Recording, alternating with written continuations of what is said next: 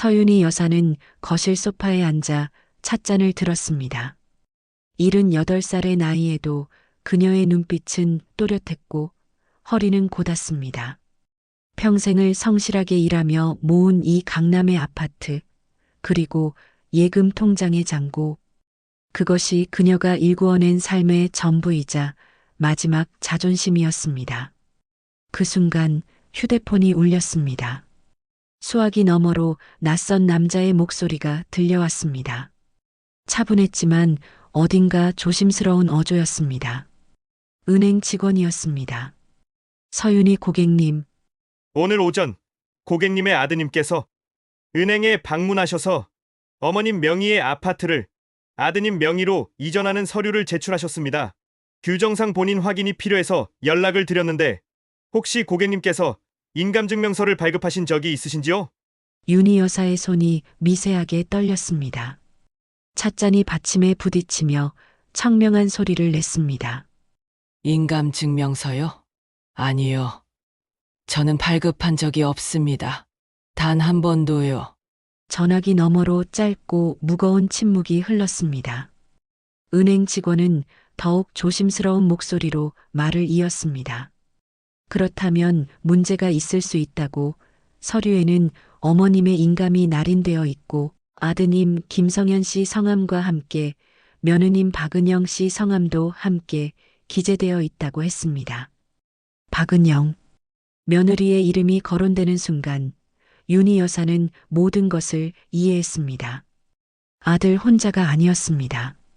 부부가 함께 계획적으로 자신의 재산을 노린 것이었습니다.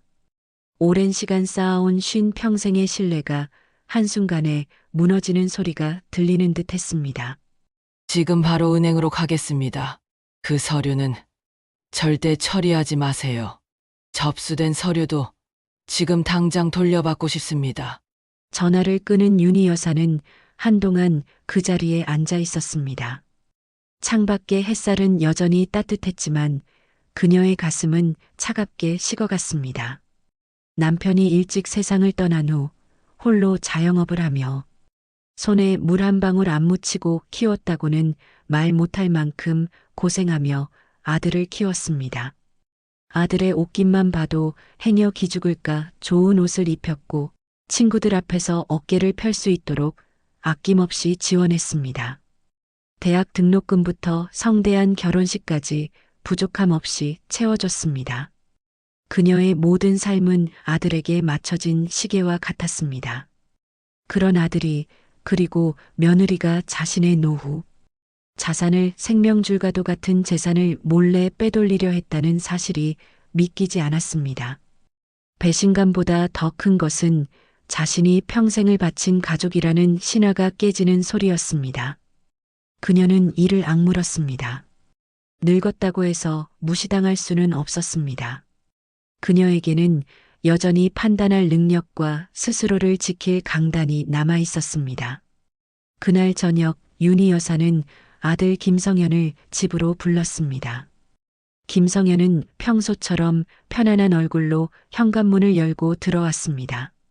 그는 어머니가 무언가를 알고 있으리라고는 전혀 예상하지 못한 듯 했습니다.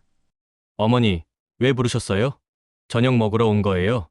윤희 여사는 식탁 위에 은행에서 팩스로 받은 서류를 조용히 내려놓았습니다. 서류에는 자신의 이름, 아들의 이름, 며느리의 이름이 선명하게 인쇄되어 있었고 위조된 인감 도장의 흔적이 있었습니다. 윤희 여사는 차분하게 물었습니다. 이게 뭐니? 너희가 내 허락도 없이 이 서류를 은행에 제출했다는 게 사실이니? 김성현의 얼굴이 순간 굳어졌습니다. 하지만 그는 곧 태연한 표정을 지으며 웃어 보였습니다. 마치 아무것도 아닌 일인 양. 그는 말했습니다. 아, 그거요? 나중에 어차피 다 제가 관리할 거니까 미리 명예 정리 좀 해두려고 했어요. 어머니, 요즘 부동산 상황이 얼마나 복잡한데요. 나중에 상속세 문제도 있고 미리 정리하는 게 저희한테도 유리해요. 제가 장남인데 당연한 거 아닙니까? 이 정도는 신경 써야죠. 장남이라는 단어.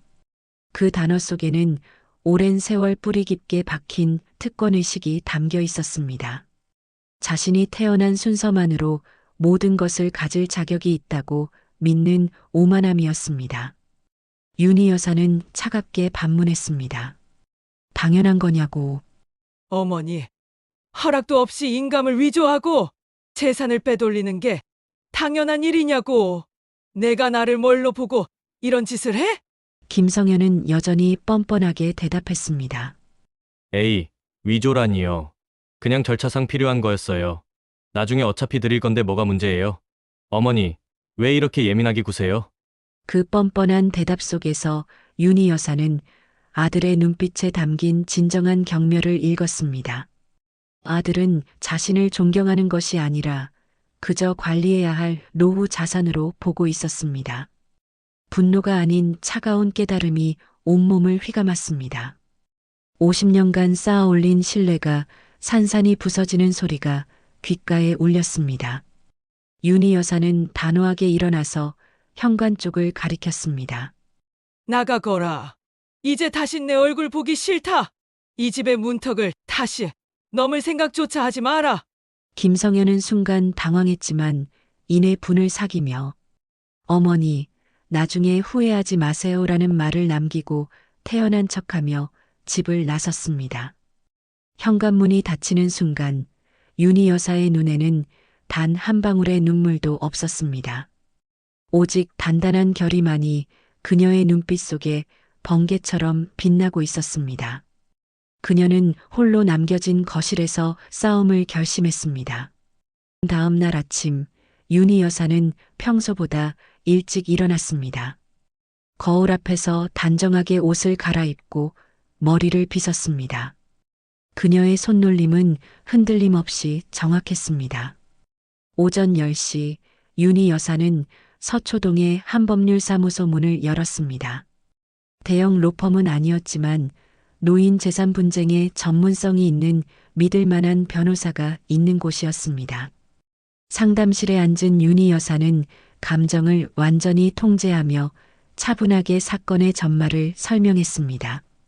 변호사는 그녀의 이야기를 들으며 고개를 끄덕였습니다.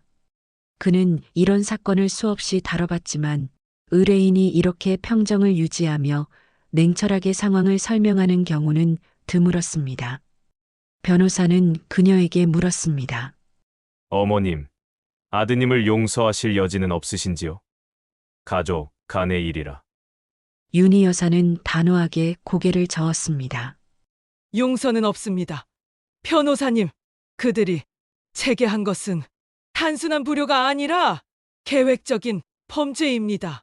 그들이 저지른 일에는 법의 심판이 필요합니다. 다만 저는 복수가 목적이 아닙니다. 제가 평생 일군 재산을 제가 원하는 사람에게 제 뜻대로 물려줄 권리를 지키고 싶을 뿐입니다. 변호사는 그녀의 강단에 감명받았습니다. 변호사는 먼저 은행 계좌에 접근, 권한 변경과 함께 아파트 명의 이전을 영구적으로 차단하는 법적 조치를 취했습니다. 또한 유언장 작성뿐 아니라 손녀 수아를 수탁자로 하는 종신형 신탁 설정을 제안했습니다. 이는 윤희 여사가 생전에 재산을 자유롭게 관리하되 사후에는 그녀의 의지에 따라 수아에게 안전하게 전달되도록 하는 가장 강력한 법적 장치였습니다. 윤희 여사는 망설임 없이 동의했습니다. 손녀 수아로 해주세요. 그 아이만이 제가 돈보다 더 소중히 여기는 존중을 보여줬습니다. 모든 절차는 신속하게 진행되었습니다. 은행 계좌의 접근 권한이 변경되었고 아파트 명의 이전 시도는 완전히 차단되었습니다. 동시에 윤희 여사는 은행 직원의 명확한 증언과 위조, 서류를 근거로 경찰서에 위조 및 사기 혐의를 신고했습니다. 담당 형사는 사건의 명확한 증거들을 보며 즉시 수사에 착수하겠다고 약속했습니다. 오후 4시 모든 법적 절차가 마무리되었습니다. 윤희 여사는 법률사무소를 나서며 가을 하늘을 올려다보았습니다. 그녀의 발걸음은 당당했습니다. 78배 나이에도 그녀는 스스로를 지킬 수 있는 힘이 있었습니다. 집으로 돌아온 윤희 여사가 거실에 앉아 찻잔을 들었을 때 예상대로 현관문이 요란하게 열렸습니다. 김성현이었습니다. 그는 은행에서 모든 권한이 차단됐다는 연락을 받고 격분하여 쳐들어왔습니다. 어머니, 도대체 무슨 짓을 하신 거예요? 은행에서 제 권한이 다 막혔다고 하잖아요. 윤희 여사는 찻잔을 천천히 내려놓고 성현을 똑바로 응시했습니다. 그녀의 눈빛에는 두려움이나 망설임이 없었습니다. 앞으로 자기 일에는 내 이름이 들어갈 일 없어. 기대도 하지 마라. 김성현은 더욱 격양된 목소리로 소리쳤습니다. 어머니가 지금 정신이 제대로 박힌 거냐고. 이 엄청난 재산을 장남인 저에게 안 주고 누구한테 주시려고요? 당장 모든 걸 원상 복구하세요. 윤희 여사는 냉정하게 대답했습니다. 장남이냐고. 내가 장남으로서 해야 할 일은 효도였지. 내 인감을 위조해서 나를 도둑질하는 것이 아니었다. 내게는 이미 자격이 없어졌다. 김성현은 어머니의 단호함에 당황하며 얼굴이 붉게 달아올랐습니다. 그는 소리를 질렀지만 윤희 여사는 더 이상 그의 말에 귀 기울이지 않았습니다. 그녀는 조용히 자리에서 일어나 방으로 들어갔습니다. 김성현이 현관문 앞에서 아무리 소리쳐도 그녀는 응답하지 않았습니다. 현관문이 쾅 소리를 내며 닫혔습니다. 그날부터 아들 부부는 윤희 여사의 재산에 단 한 발짝도 다가갈 수 없게 되었고 윤희 여사는 다음 싸움, 즉 명예를 지키는 싸움을 준비했습니다. 윤희 여사는 평소처럼 동네 슈퍼마켓에 장을 보러 나갔습니다. 그런데 이상하게도 사람들의 시선이 달랐습니다. 평소 반갑게 인사하던 이웃 아주머니들이 수군거리며 그녀를 힐끗힐끗 쳐다보았습니다. 슈퍼마켓 계산대에서 주인 아주머니가 조심스럽게 말을 걸었습니다. 집사님, 요즘 몸은 좀 어떠세요? 성현이가 그러던데 나이 드시면 정신도 좀 오락가락할 수 있다지 않냐고. 건강 챙기셔야 해요. 그제야 윤희 여사는 깨달았습니다. 아들 부부가 움직이고 있었습니다. 김성현과 박은영은 동네와 교회 지인들에게 접근하여 소문을 퍼뜨리고 있었습니다. 어머니가 치매 초기 증상이 있어서 판단 능력이 오락가락한다. 그래서 우리가 부득이하게 어머니를 도와 재산을 정리하려 했다가 오해를 샀다는 식의 교묘한 거짓말이었습니다. 그들의 목적은 윤희 여사를 재산, 관리 능력이 없는 환자로 둔갑시켜 자신들의 행위를 효도로 포장하려는 것이었습니다. 교회에서도 마찬가지였습니다. 주일 예배가 끝난 후 몇몇 권사님들이 윤희 여사에게 다가와 걱정스러운 표정으로 말했습니다. 집사님, 요즘 건강은 어떠셔? 성현 집사님이 많이 걱정하시던데. 나이가 들면 그럴 수도 있지. 너무 마음 쓰지 마. 동정하는 척하는 그들의 시선은 윤희 여사에게 비수처럼 꽂혔습니다. 재산을 잃는 것보다 더 고통스러운 것은 평생 쌓아온 명예와 인격이 한순간에 부정당하는 일이었습니다. 분노가 치밀어 올랐지만 그녀는 침묵하지 않기로 결심했습니다. 침묵은 곧 그들의 거짓말을 인정하는 것이나 다름없었기 때문입니다. 다음 주 일요일 윤희 여사는 평소보다 단정하게 옷을 입고 교회로 향했습니다. 예배가 끝난 후 목사님은 간증 시간을 알렸습니다. 윤희 여사는 조용히 손을 들었습니다. 성도들이 놀란 표정으로 그녀를 바라보았습니다. 평소 말이 없던 그녀였기에 간증을 한다는 것이 의외였습니다. 목사님이 마이크를 건넸고 윤희 여사는 천천히 단상으로 올라갔습니다. 그녀의 발걸음은 흔들림이 없었고 마이크를 잡은 손도 떨리지 않았습니다. 성전 안은 숨소리조차 들릴 만큼 조용해졌습니다. 윤희 여사는 말하기 시작했습니다. 오늘 여러분께 진실을 말씀드리고자 이 자리에 섰습니다. 지난주부터 제 아들과 며느리가 여러분께 말했을 겁니다. 제가 치매가 있다고, 정신이 오락가락한다고 말입니다. 청중석 한쪽에 앉아있던 김성현과 박은영의 얼굴이 순식간에 굳어졌습니다. 주변 사람들의 시선이 그들에게로 쏠렸습니다. 윤희 여사는 한치의 망설임도 없이 폭로를 이어갔습니다. 하지만 그것은 거짓말입니다. 저는 지금 이 순간도 하나님 앞에서 정신이 또렷합니다. 오히려 제 아들과 며느리가 저의 인감을 위조하고 은행에 서류를 제출하여 저의 전 재산을 훔치려 했습니다. 성전 안은 일순간 충격으로 술렁거렸습니다. 윤희 여사는 침착하게 은행 직원의 증언, 위조된 서류 사본, 그리고 경찰에 정식으로 수사를 의뢰한 사실을 덧붙였습니다. 그녀는 감정에 호소하는 대신 사실과 증거만을 제시했습니다. 노인이라고 해서 함부로 대해도 된다고 생각하지 말아 주십시오. 나이가 들어도 자기 재산을 지킬 권리가 있습니다. 그리고 가족이라는 이름으로 저지르는 범죄는 더욱 용서받기 어렵습니다. 단상에서 내려온 윤희 여사는 조용히 자리로 돌아갔습니다. 성전 안은 여전히 조용했지만 그 침묵 속에는 윤희 여사에 대한 존경과 아들 부부에 대한 실망이 가득했습니다. 김성현과 박은영은 더 이상 그 자리에 앉아 있을 수 없었습니다.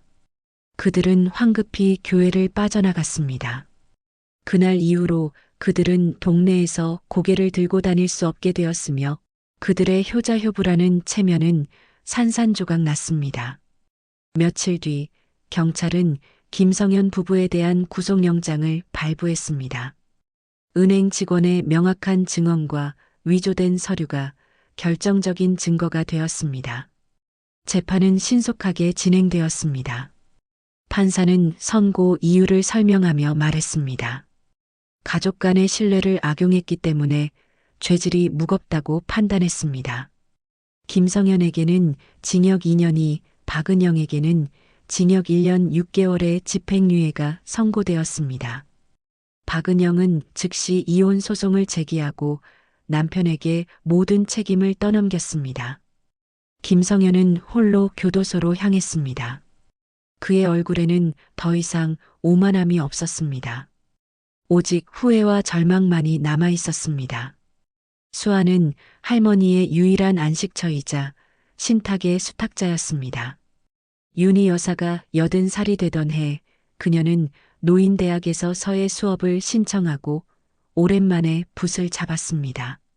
먹물이 한지에 스며들며 검은 글씨가 선명하게 드러났습니다. 그녀가 쓴 글자는 강단 이 두 글자였습니다. 강단. 흔들리지 않는 마음. 옳은 것을 지키는 용기. 그것이 바로 윤희 여사가 78회를 살아오며 얻은 가장 소중한 자산이었습니다. 노인대학의 다른 수강생들은 그녀의 이야기를 듣고 용기를 얻었습니다. 나이가 들었다고 해서 권리를 포기할 필요는 없다고, 우리도 존중받을 자격이 있다고 말해주었습니다. 윤희 여사는 손녀에게 말했습니다. 수아야, 할머니가 너에게 남기고 싶은 건 돈이 아니란다. 물론 내가 필요할 때 쓸 수 있도록 재산은 신탁으로 맡겨뒀지만 그것보다 더 중요한 게 있어. 옳은 걸 지키는 마음, 잘못된 일 앞에서 굴하지 않는 용기, 그걸 너에게 남기고 싶어. 수아는 할머니처럼 당당하게 살겠다고 다짐했습니다. 그녀는 자서전을 쓰기 시작했습니다. 글을 쓰는 동안 그녀는 깨달았습니다. 진정한 가족은 혈연이 아니라 서로를 존중하는 마음에서 시작된다는 것을. 자서전의 마지막 장에 그녀는 이렇게 썼습니다. 나이가 들어도 스스로를 지킬 수 있는 힘을 가져야 한다. 진정한 힘은 마음에서 나온다. 강단이란 포기하지 않는 의지이며 그것이 내가 다음 세대에 물려줄 진정한 유산이다. 그녀가 85살이 되던 해, 김성현은 가석방되어 출소 후 5년이 지나서야 처음으로 어머니를 찾아뵐 용기를 냈습니다. 그는 떨리는 마음으로 집 안으로 들어갔습니다. 거실에는 윤희 여사가 앉아 있었습니다. 그녀는 많이 늙었지만 눈빛만은 여전히 또렷했습니다. 김성현은 어머니 앞에 무릎을 꿇었습니다. 그리고 눈물을 흘리며 사죄했습니다. 어머니, 제가 잘못했습니다. 정말 죄송합니다. 제가 얼마나 오만했는지 장남이라는 허울에 취해 어머니의 희생을 당연하게 여겼습니다. 그의 사죄는 진심이었습니다. 윤희 여사는 한참을 아들을 바라보았습니다. 그러다 조용히 입을 열었습니다. 일어나거라. 이제 됐다. 내가 진정으로 변했다는 것을 수아를 통해 들었다. 그녀의 목소리는 담담했지만 그 담담함 속에 용서의 여지가 있었습니다. 용서는 있는 게 아니다. 내가 저지른 일은 여전히 잘못이야. 다만 나는 내가 그 잘못을 딛고 더 나은 사람이 되기를 바랄 뿐이다. 윤희 여사는 마지막으로 말했습니다. 이제 내 인생은 내가 알아서 살아라. 재산은 수아가 관리할 거고 내게도 최소한의 몫은 남겨뒀다. 하지만 그건 내가 자격이 있어서가 아니라 내가 여전히 내 어머니이기 때문이다. 그날 이후 김성현은 더 이상 재산 이야기는 하지 않았습니다. 그는 어머니의 안부를 물으며 소소한 일상을 나누었습니다. 윤희 여사는 그런 아들의 모습을 보며 조금씩 마음의 문을 열었습니다. 그녀의 강단이 결국 아들을 진정한 어른으로 만들었습니다. 윤희 여사가 88살이 되던 해 겨울, 그녀는 조용히 눈을 감았습니다. 그녀의 마지막 말은 이것이었습니다. 수아야, 강단을 잃지 마라. 성현아, 이제는 진짜 어른이 되거라. 장례식이 끝난 후 유언장이 공개되었습니다. 재산은 수아에게 신탁으로 남겨졌고 김성현에게도 정직하게 사업을 할 수 있는 자금이 남겨졌습니다. 김성현은 눈물을 흘리며 어머니의 영정 앞에 절을 올렸습니다. 어머니는 끝까지 자신에게 기회를 주셨습니다. 수아는 할머니의 자서전 강단의 유산을 출판했습니다. 책은 출판되자마자 큰 반향을 일으켰고 많은 이들이 윤희 여사의 이야기에서 용기를 얻었습니다. 그녀가 남긴 것은 돈이 아니었습니다. 옳은 것을 지키는 용기, 부당함에 맞서는 힘. 그것이 바로 서윤희 여사가 세상에 남긴 진정한 유산이었습니다. 이 유산은 대를 이어 전해지며 오늘도 누군가에게 용기를 주고 있습니다.